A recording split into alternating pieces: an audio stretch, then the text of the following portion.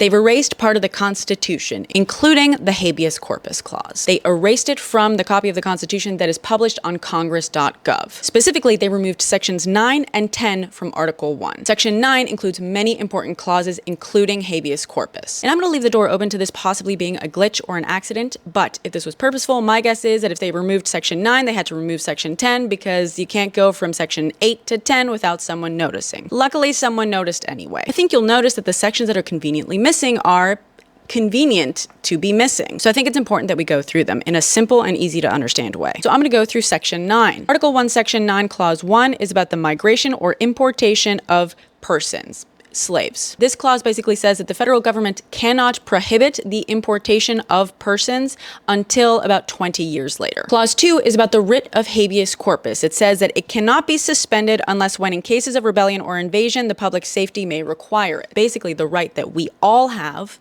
that forces law enforcement to bring an individual before a judge to justify their detention or imprisonment. It's a requirement that the government prove that your detention is lawful. Clause 3 says no bill of attainder or ex post facto law shall be passed. A bill of attainder is a bill or law that basically makes a group of people guilty of a crime and subjects them to punishment without a trial. This was used a lot back in England to go after political enemies. An ex post facto law is a law that's written to make something illegal after you've done it. So it wasn't a crime when you did it, but they're going to make it a crime after the fact and go after you for it.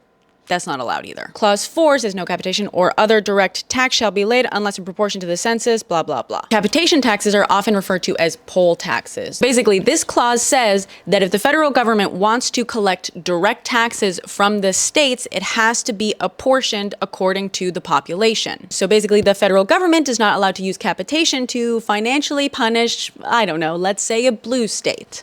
Which goes into the next clause, which basically says that you cannot give preferential treatment of regulation or import duties, taxes, etc. to different states. The federal government has to treat them equally.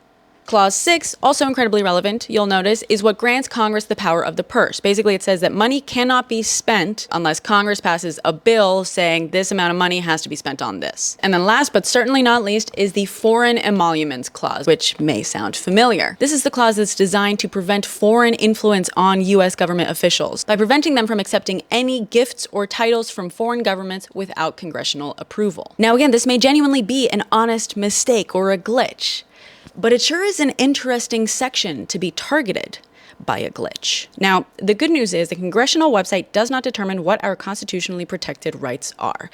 The bad news is our collective agreement and belief in them does.